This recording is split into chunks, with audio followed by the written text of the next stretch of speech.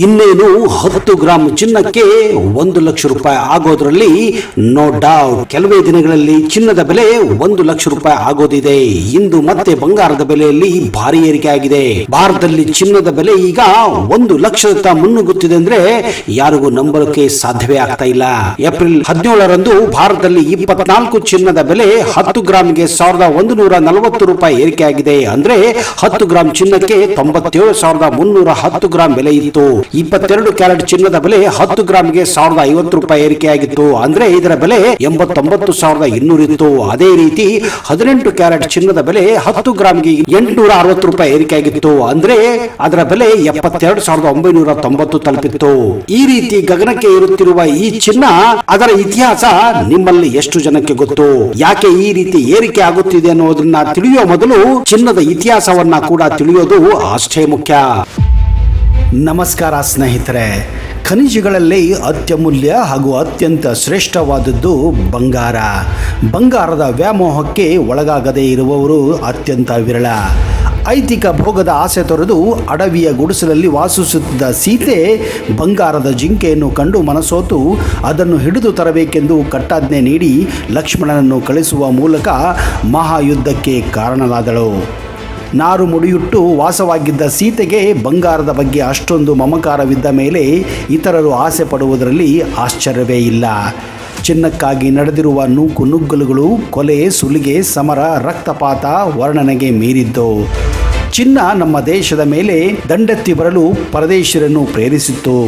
ಚಿನ್ನದ ಇತಿಹಾಸ ಏನೇ ಇರಲಿ, ಅದನ್ನು ಕೇವಲ ಹಳದಿ ಲೋಹವೆಂದು ಬದಿಗಿರಿಸಿ ಇತರ ಲೋಹಗಳೊಂದಿಗೆ ಸಮೀಕರಿಸಲು ಸಾಧ್ಯವೇ ಇಲ್ಲ. ಅದು ರಾಜಲೋಹ ಅಥವಾ ಲೋಹರಾಜ. ಇಂದಿಗೂ ಈ ಮಾತು ಪ್ರಸ್ತುತ. ಮಕ್ಕಳಿಂದ ಮುದುಕರವರೆಗೆ, ಜನನದಿಂದ ಮರಣದವರೆಗೆ, ಬಡವರಿಂದ ಶ್ರೀಮಂತರವರೆಗೆ ಎಲ್ಲರೂ ಬಯಸುವುದು ಬಂಗಾರ, ಬಂಗಾರ, ಬಂಗಾರ. ಬನ್ನಿ ಸ್ನೇಹಿತರೆ, ಇವತ್ತಿನ ಈ ವಿಡಿಯೋದಲ್ಲಿ ನಿಮಗೆ ಈ ಬಂಗಾರದ ಬಗ್ಗೆ, ಈ ಚಿನ್ನದ ಬಗ್ಗೆ ಕೆಲವು ಕುತೂಹಲಕಾರಿ ಮಾಹಿತಿಯನ್ನು ಕೊಡಕ್ಕೆ ಹೋಗ್ತಾ ಇದ್ದೀನಿ. ಒಂದು ವೇಳೆ ನೀವು ಈ ಚಾನಲನ್ನು ಇನ್ನೂ ಸಬ್ಸ್ಕ್ರೈಬ್ ಮಾಡದೇ ಇದ್ದರೆ ದಯವಿಟ್ಟು ಈಗಲೇ ಸಬ್ಸ್ಕ್ರೈಬ್ ಮಾಡಿ, ಜೊತೆಗೆ ಬೆಲ್ ಐಕನ್ ಕೂಡ ಪ್ರೆಸ್ ಮಾಡಿ.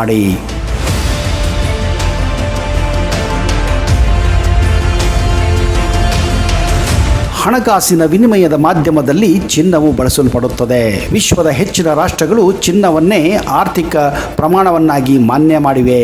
ಚಿನ್ನವು ಆಭರಣಗಳಲ್ಲಿ ಮತ್ತು ನಾಣ್ಯಗಳಲ್ಲೂ ಕೂಡ ಹಿಂದೆ ಬಳಸಲಾಗುತ್ತಿತ್ತು, ಈಗಲೂ ಕೂಡ ಬಳಸುತ್ತಾರೆ. ಶುದ್ಧ ಚಿನ್ನವು ಅತಿ ಮೃದುವಾದ್ದರಿಂದ ಸಾಮಾನ್ಯವಾಗಿ ಮೂಲ ಲೋಹಗಳ ಮಿಶ್ರಣವಾಗಿ ಅದನ್ನು ಬಳಸಲಾಗುತ್ತದೆ.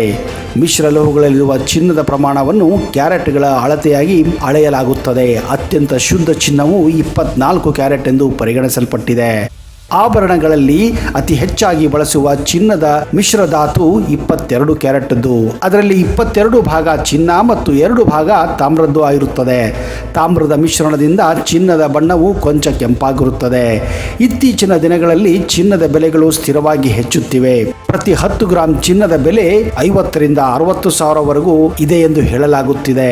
ಆದರೆ 1947ರಲ್ಲಿ ಈ ದೇಶವನ್ನು ಬ್ರಿಟಿಷ್ ಗುಲಾಮಗಿರಿಯಿಂದ ಮುಕ್ತಗೊಳಿಸಿದಾಗ ಇದೇ ಚಿನ್ನದ ಮೌಲ್ಯ ಆಗಸ್ಟ್ 15, 1947ರಂದು ಇದರ ಬೆಲೆ 10 ಗ್ರಾಮಿಗೆ 80 ರೂಪಾಯಿಯಾಗಿತ್ತು.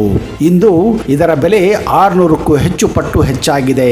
ಆಗಿನ ಕಾಲದಲ್ಲಿ ಎಲ್ಲಾದರೂ ನಮ್ಮ ಹಿರಿಯರು ಅಲ್ಪ ಸ್ವಲ್ಪ ಚಿನ್ನ ಮಾಡಿಟ್ಟಿದ್ದರೆ ಇಂದು ನೀವು ಕುಬೇರರಾಗಿದ್ದೀರಿ ಎಂದರ್ಥ.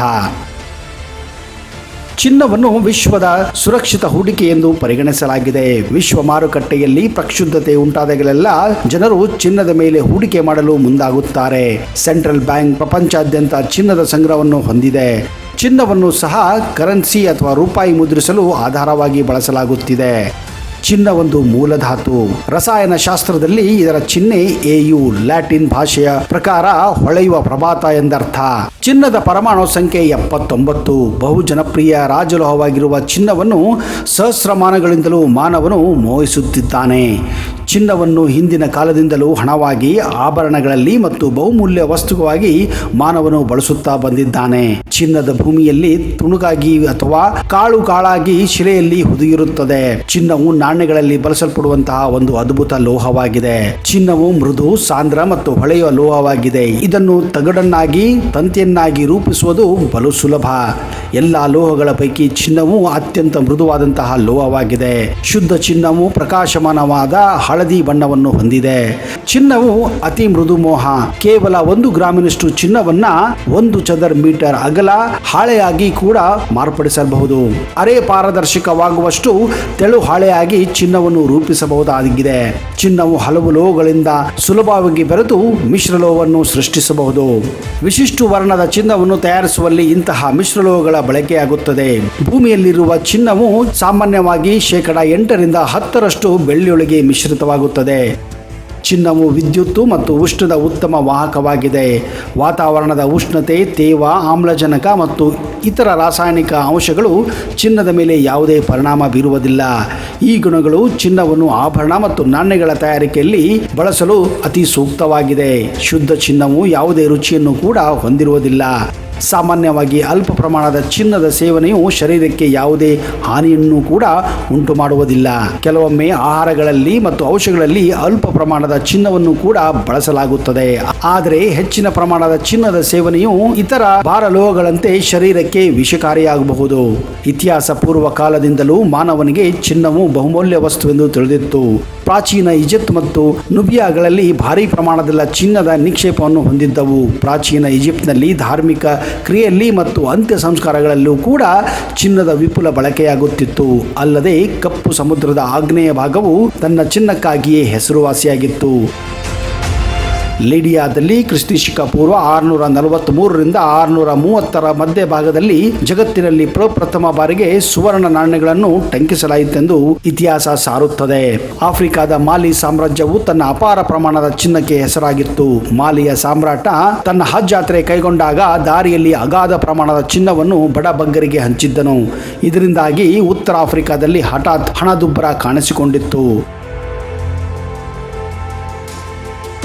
ತಮ್ಮಲ್ಲಿದ್ದ ಚಿನ್ನಾಭರಣಗಳನ್ನು ತೋರಿಸಿದ್ದರಿಂದಲೇ ಯುರೋಪಿಯನ್ನರು ಅಮೆರಿಕದತ್ತ ಮುಖ ಮಾಡಿ ನಿಲ್ಲಲು ಸಹಾಯವಾಯಿತೆಂದು ಇತಿಹಾಸ ಸಾರುತ್ತದೆ. ಮುಖ್ಯವಾಗಿ ಅಂದು ಪೇರು, ಮಧ್ಯ ಅಮೆರಿಕ ಮತ್ತು ಕೊಲಂಬಿಯಾ ಪ್ರದೇಶಗಳಲ್ಲಿ ಚಿನ್ನದ ಅಪಾರ ರಾಶಿಯೇ ಇತ್ತು.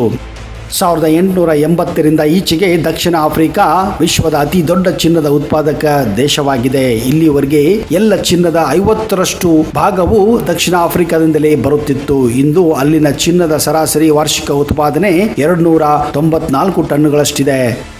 ದಕ್ಷಿಣ ಆಫ್ರಿಕಾದ ಶೌಕ್ ಮತ್ತು ಟೌಟೋನಾ ಗಣಿಗಳು ಪ್ರಪಂಚದ ಅತ್ಯಂತ ಆಳದ ಚಿನ್ನದ ಗಣಿಗಳಾಗಿವೆ. ಅಮೆರಿಕ, ರಷ್ಯಾ, ಚೈನಾ, ಭಾರತ, ಪೇರು ಮತ್ತು ಆಸ್ಟ್ರೇಲಿಯಾ ವಿಶ್ವದ ಇತರ ಪ್ರಮುಖ ಚಿನ್ನದ ಉತ್ಪಾದನೆ ಮಾಡುವಂತಹ ರಾಷ್ಟ್ರಗಳಾಗಿವೆ.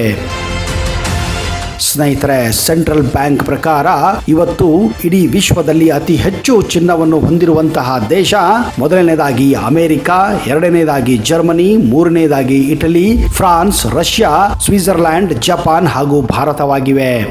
ಹಾಗೆಯೇ ಇಡೀ ವಿಶ್ವದಲ್ಲಿ ಸೆಂಟ್ರಲ್ ಬ್ಯಾಂಕ್ ಹೇಳಿಕೆಯ ಪ್ರಕಾರ ಅತಿ ಹೆಚ್ಚು ಚಿನ್ನವನ್ನು ಖರೀದಿಸುವ ಹಾಗೂ ಮಾರುವಂತಹ ದೇಶಗಳಲ್ಲಿ ಮೊದಲನೇ ಸ್ಥಾನ ಟರ್ಕಿಗೆ ಇದೆ, ಎರಡನೇ ಸ್ಥಾನ ಭಾರತಕ್ಕೆ ಇದೆ, ಮೂರನೇ ಸ್ಥಾನ ರಷ್ಯಾ, ಆಮೇಲೆ ಸೌದಿ ಅರೇಬಿಯಾ, ಕತಾರ್, ಹೀಗೆ ಇನ್ನೂ ಹಲವಾರು ದೇಶಗಳಲ್ಲಿ ಚಿನ್ನವನ್ನು ಅತಿ ಹೆಚ್ಚು ಮಾರಲು ಹಾಗೂ ಕೊಳ್ಳಲು ಜನರು ಬಯಸುತ್ತಾರೆ. ಇದೇ ಕಾರಣ ನೀವೇ ಊಹಿಸಬಹುದು, ಭಾರತದಲ್ಲಿ ಬ್ಯಾಂಕ್ಗಳಿಗಿಂತ ಜಾಸ್ತಿ ಮನೆಗಳಲ್ಲಿ ಚಿನ್ನ ಇದೆ. ಭಾರತೀಯರಿಗೆ ಚಿನ್ನ ಅಂದರೆ ಮೊಟ್ಟ ಮೊದಲ ಪ್ರೇಮ. ಅದು ಮದುವೆಯಾಗಿರಲಿ, ಮುಂಜುವೆಯಾಗಿರಲಿ ಅಥವಾ ಗೃಹ ಪ್ರವೇಶವೇ ಆಗಿರಲಿ, ಎಲ್ಲ ಸಂದರ್ಭಗಳಲ್ಲೂ ಭಾರತೀಯರಿಗೆ ಚಿನ್ನದ ಮೇಲೆ ಮೋಹ ಇದ್ದೇ ಇದೆ. ಇದೇ ಕಾರಣ ಇಡೀ ವಿಶ್ವದಲ್ಲೇ ಭಾರತ ಚಿನ್ನವನ್ನು ಕೊಳ್ಳುವುದರಲ್ಲಿ ಎರಡನೇ ಸ್ಥಾನದಲ್ಲಿದೆ. ನೋಡಿದಿರಾ ಸ್ನೇಹಿತರೆ, ಚಿನ್ನದ ಇತಿಹಾಸ ಹೇಗಿತ್ತು ಅಂತ. ಈಗ ಚಿನ್ನ ಯಾಕೆ ಈ ರೀತಿ ಗಗನಕ್ಕೆ ಏರುತ್ತಿದೆ ಅನ್ನೋದನ್ನ ಕೂಡ ತಿಳಿದುಕೊಳ್ಳೋದು ಅಷ್ಟೇ ಮುಖ್ಯ. ಚಿನ್ನದ ದರದಲ್ಲಿ ಇಷ್ಟೊಂದು ದೊಡ್ಡ ಏರಿಕೆ ಹಲವು ಅಂಶಗಳಿವೆ. ಅವುಗಳಲ್ಲಿ ಪ್ರಮುಖವಾಗಿದ್ದು ಅಮೆರಿಕ ಚೈನಾ ಯುದ್ಧದ ವ್ಯಾಪಾರ. ಈ ಎರಡು ದೇಶಗಳು ಪರಸ್ಪರ ಸುಂಕಗಳನ್ನ ವಿಧಿಸುತ್ತಿದೆ. ಈ ರೀತಿ ಮಾರುಕಟ್ಟೆಯಲ್ಲಿನ ಈ ಸಂದಿಗ್ಧತೆ ಎರಡು ದೇಶಗಳ ಆರ್ಥಿಕತೆ ಬಂಗಾರವನ್ನ ಅಂಬರಕ್ಕೆ ಕರೆದುಕೊಂಡು ಹೋಗುತ್ತಿದೆ, ಅಂದ್ರೆ ಗಗನಕ್ಕೆ ತೆಗೆದುಕೊಂಡು ಹೋಗುತ್ತಿದೆ ಅನ್ನೋದರಲ್ಲಿ ನೋ ಡೌಟ್. ಭಾರತ ದೇಶ ಚಿನ್ನವನ್ನ ಖರೀದಿಸುವುದರಲ್ಲಿ ವಿಶ್ವದ ಅತಿ ದೊಡ್ಡ ಎರಡನೇ ದೇಶವಾಗಿದೆ. ಮೊದಲನೇ ಸ್ಥಾನದಲ್ಲಿ ಚೀನಾ ಇದೆ. ನಿಜಕ್ಕೆ ಸ್ಥಳೀಯ ಪೂರೈಕೆಗಿಂತ ಹೆಚ್ಚಿನ ಪ್ರಮಾಣದ ಚಿನ್ನ ಭಾರತಕ್ಕೆ ಬೇಕಾಗುತ್ತದೆ.